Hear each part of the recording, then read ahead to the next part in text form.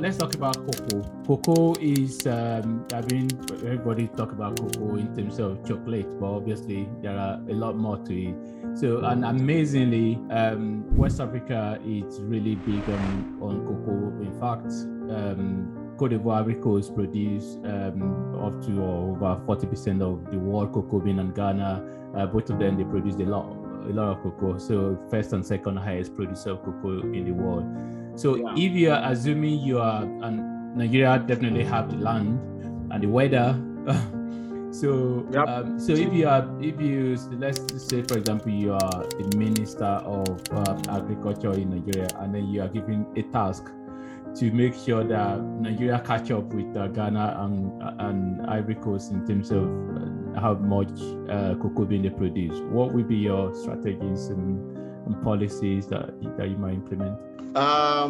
For the cocoa sector, what I've observed over the years is that we have a generation of cocoa farmers are going off. Mm-hmm. So we are not bringing in a new generation who also, people that were trained with cocoa money, and then they went up to graduate, and then they don't want to come back to see how they can improve the same business that brought them Western education.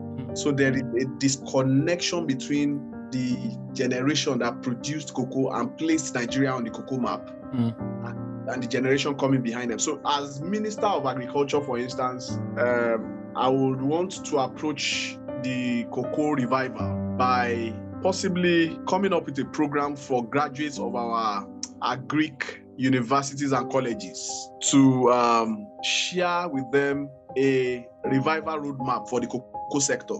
What I'll call cocoa sector revival roadmap. And then with timelines, then we bring them into a training program that lets them understand that there are improved cocoa seedlings that now mature 18 months as against take a long time. 48, 60 months. We have 18 months cocoa done with tissue culture. So what do we do? The first thing is that we get young hands to understand tissue culture in cocoa production. Then we also get them to understand the cocoa growth stage. Then we also train them on extension, going into those villages to educate more young men. Those lands are still available. Some of those cocoa plantations are just abandoned. They are now forests. Oh, wow. We can actually, if we have the will, we can actually bring it back. And I think the shortest and the best strategy is to find a way of getting to young people between the ages of 20 and 30 who are in our agric universities and colleges. To begin to see how we can particularly face some commodities and address and bring them back to become our major export commodities. I think that is just, it needs a lot of will, it needs a lot of understanding of the sector, and it also needs a lot of support from different stakeholders.